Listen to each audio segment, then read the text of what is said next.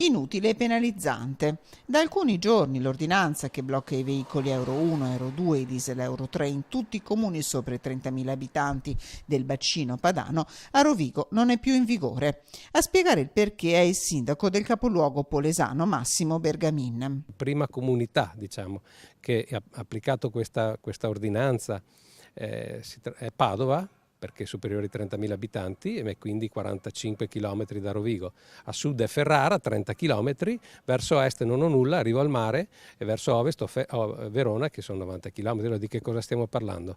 Che a Rovigo bisogna fermare gli artigiani, i commercianti, le mamme, i padri di famiglia. Un Euro 3 non è un'auto da prendere il venerdì sera e portarla al macero, portarla dal Ferrovecchi ed acquistarne una il lunedì mattina, non so, da migliaia e migliaia di euro. Dalla parte dei suoi cittadini, in particolare di quelli più deboli, spiega il sindaco, che di domande se n'è posta anche un'altra. Caro Massimo, tra me e me la sera prima di prendere sonno, tu hai anche l'autostrada che transita nel tuo territorio.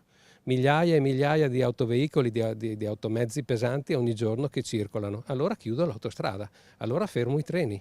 Fermo la cosiddetta litorina vacca mora, come si dice dalle nostre parti, che quando la accendono al mattino alle 5 e poi parte un'ora dopo. Contrario all'ordinanza, contrario soprattutto alle decine di deroghe che tutti i comuni hanno adottato.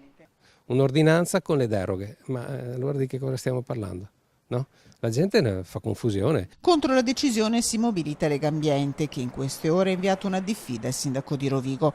Un atto dovuto, spiega Luigi Lazzaro, presidente di Legambiente Veneto, in quanto il sindaco deve rispettare e applicare i provvedimenti presi a livello regionale e nazionale volti alla tutela della salute dei suoi cittadini.